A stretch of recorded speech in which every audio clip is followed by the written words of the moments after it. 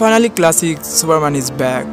Literally অনেকদিন পর কোনো টিজারের জন্য সুপারম্যান ডাউন অফ হোপ এই মুভিটা ক্লার্ক ক্যান্টের জীবনের এমন একটি অধ্যায়ের গল্প বলে যেখানে সুপারম্যান পরিচিত পৃথিবী রক্ষা করার জন্য শুধু শারীরিক শক্তি নয় বরং মনের শক্তির সম্মুখে হয়।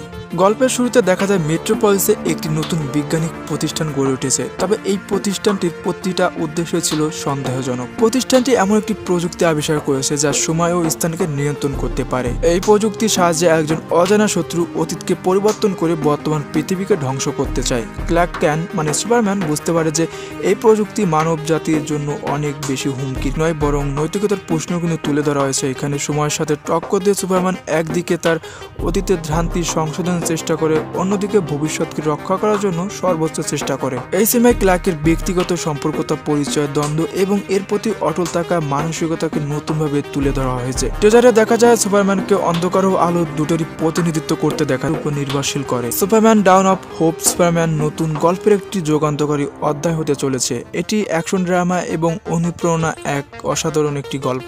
আর মুভিটার পরিচালক ছিলেন জেমস ক্যান, আর আমার জানা মতে গার্ডিয়ান অফ দ্য গ্যালাক্সির মুভিরও পরিচালক তিনি ছিলেন হয়তো। এবার বন্ধুরা এই ছিল আমাদের আজকের ভিডিও। আমার কাজগুলো আপনাদের পছন্দ হয়ে থাকলে অবশ্যই কমেন্ট করে জানিয়ে দিন, আর ভিডিওতে লাইক করতে ভুলবেন না। যারা নতুন রয়েছেন